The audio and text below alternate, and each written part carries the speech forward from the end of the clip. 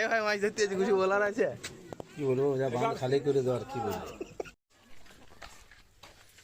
বন্ধুরা আমরা আজ বাঁধকে যাচ্ছি গাবান করতে। এখন 11টা বাজে না অবশ্য, তবুও বেরিয়ে গেছি, যাচ্ছি ধীরে ধীরে বাঁধের দিকে।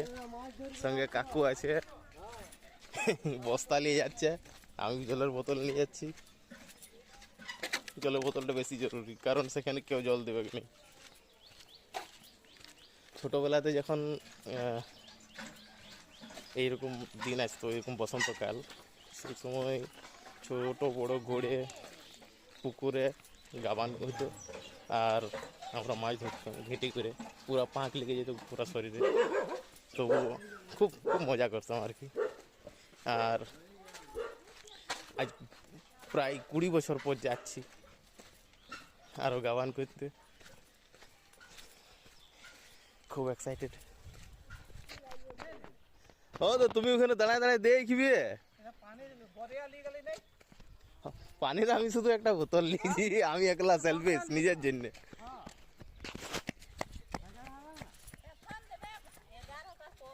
হ্যাঁ এই তো দেখতে, এখানে পৌঁছিতে 11টা বাজে যাবে।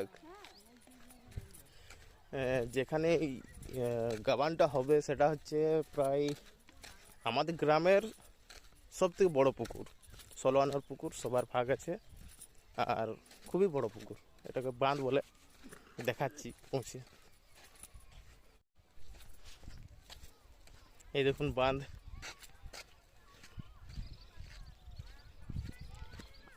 খুব একটা বিশাল পুকুর নয়, তবুও আমাদের গ্রামের সবচেয়ে বড় পুকুর।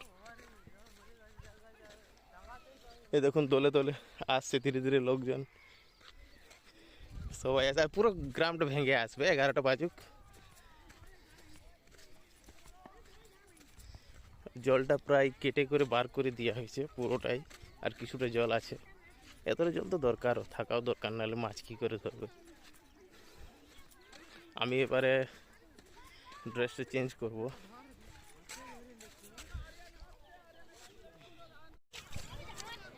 খুব কাদা বন্ধুরা।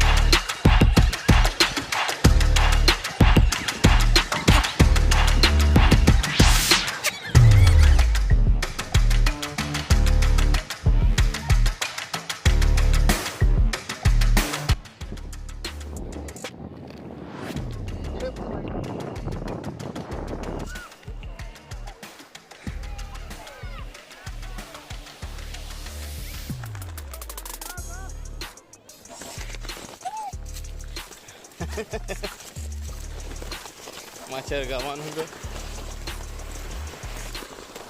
এবারে পুকুর থেকে উঠে করে যাচ্ছি। বেশি মাছ পাইনি,